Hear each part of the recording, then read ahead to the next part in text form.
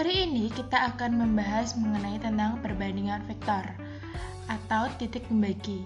Ada kalanya vektor itu dilihat sebagai garis, ada kalanya juga vektor itu dilihat sebagai titik. Di sini ada vektor AB, ada titik A dan titik B. Nah, dari titik ini ada pembaginya, yaitu titik P. Nah, titik P itu membagi antara A dan B.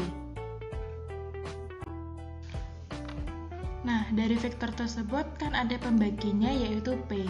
Maka, perbandingan dari A ke P itu bisa kita misalkan dengan M. Sedangkan perbandingan dari P ke B bisa kita misalkan dengan N. Kalau ditanyakan bagaimana perbandingannya, maka AP dibanding PB itu sama dengan M banding N.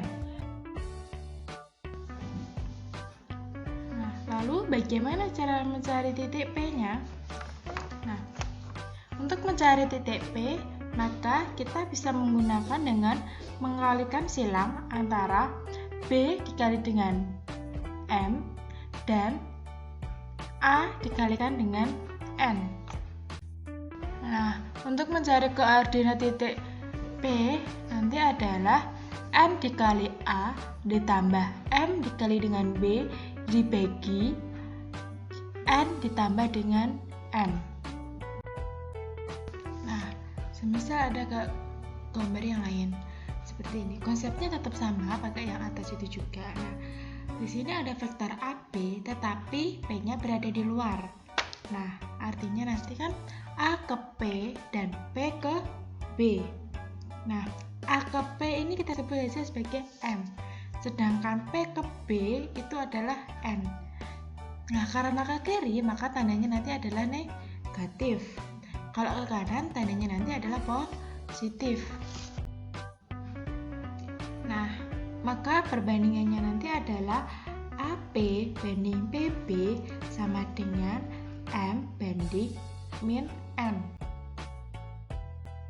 Nah, kalau yang di atas tadi kan kita bisa mengalihkan silang. Sedangkan yang bawah ini kan kita kesulitan dalam mengalihkan silangnya nanti.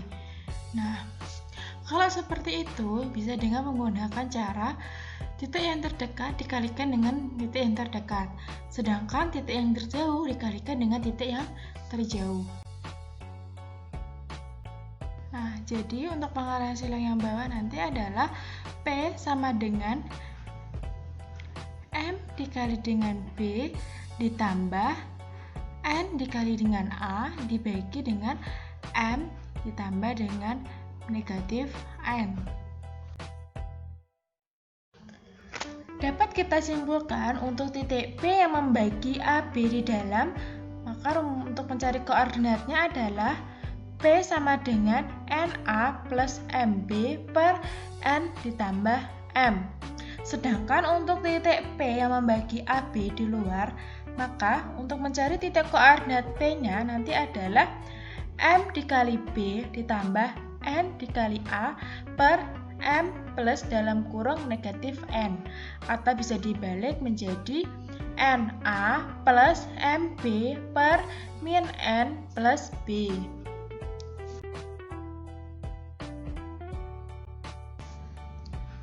Contoh soal, jika diketahui titik P adalah titik bagi antara ruas garis AB dengan perbandingan 3:2. Jika titik A adalah 0,1 dan titik B adalah 0,-4, maka berapakah titik koordinat titik P? Cara menjawabnya adalah, karena titik P itu membagi antara ruas garis AB, maka AB banding PB sama dengan 3:2. Menggunakan konsep titik terdekat dikalikan dengan titik terdekat, sedangkan titik terjauh dikalikan dengan titik terjauh. Maka untuk mencari titik P-nya nanti adalah 2 dikali dengan titik A ditambah 3 dikali dengan titik B dibagi 2 ditambah 3.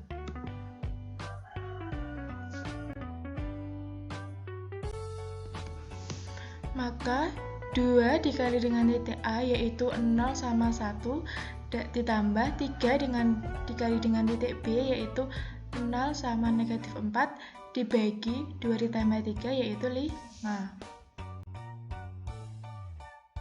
Dengan menggunakan konsep perkalian vektor, maka 2 dikali 0 hasilnya 0, 2 dikali 1 hasilnya 2, ditambah 3 dikali 0 hasilnya 0, 3 dikali negatif 4 hasilnya negatif 12 per 5.